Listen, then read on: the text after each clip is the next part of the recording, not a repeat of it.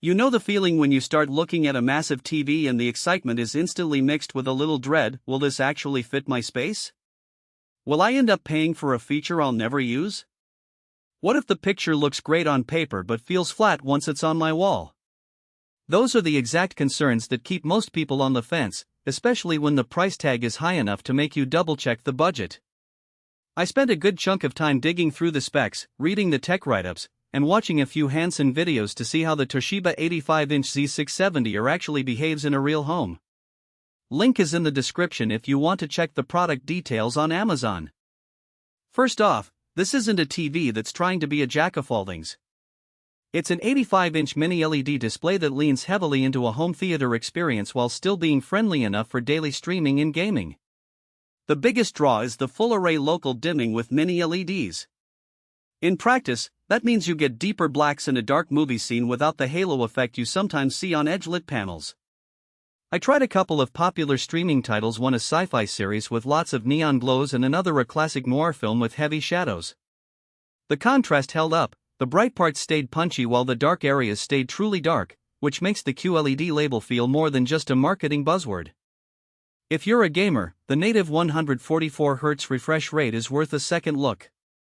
Most 4K TVs in this size range stick to 60 Hz and rely on motion interpolation to smooth things out, which can introduce that soap opera effect.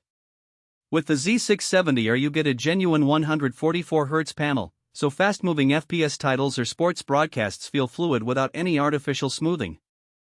I paired it with a current-gen console and the Game Mode Pro turned off a lot of post-processing, giving me a crisp, low-latency image.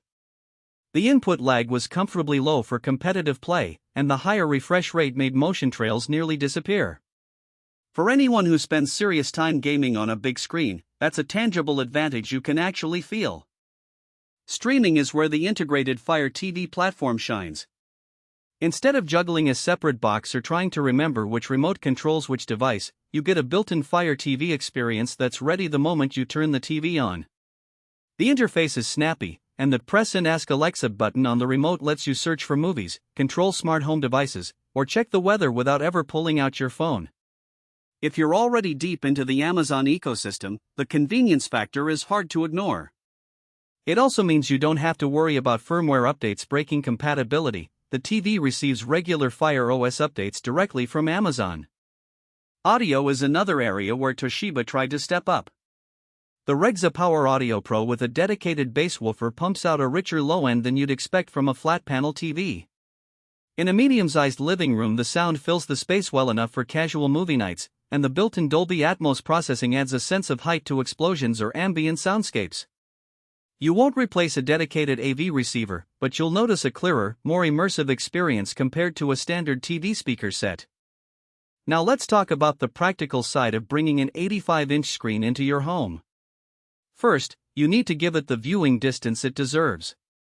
For a true 4K experience, you're looking at roughly 10 to 12 feet away from the screen. If your couch is any closer, you'll start to see individual pixels, and the whole cinema-like effect diminishes. That also means you need a wall that can handle a TV that weighs over 100 pounds, plus a sturdy mount that can support the size. I recommend a full motion mount if you plan to adjust the tilt for glare, because the panel has a fairly reflective surface that can pick up bright windows or overhead lights. Speaking of glare, the glossy finish that makes colors pop also means you'll have to manage ambient light carefully. In a dark room you'll love the depth, but in a bright living area you might need blackout curtains or a well-placed dimmer to avoid washed-out images. One hidden trade-off is the number of HDMI ports and their version. The Z670R offers the standard set of HDMI 2.0 inputs, which works fine for most streaming sticks and consoles, but if you have a next-gen console that supports HDMI 2.1 features like variable refresh rate, VR, or auto low latency mode, ALLM, you won't get the full benefit. For pure 4K per 120Hz gaming you'd need a TV with HDMI 2.1, so that's something to keep in mind if future-proofing is a priority. Also, because the TV relies heavily on its internal processing, REGZA engine Ziri Gen 3, for upscaling and color management, you might notice a slight softness when you switch to a native 4K source like a Blu-ray player, compared to a high-end reference monitor. It's not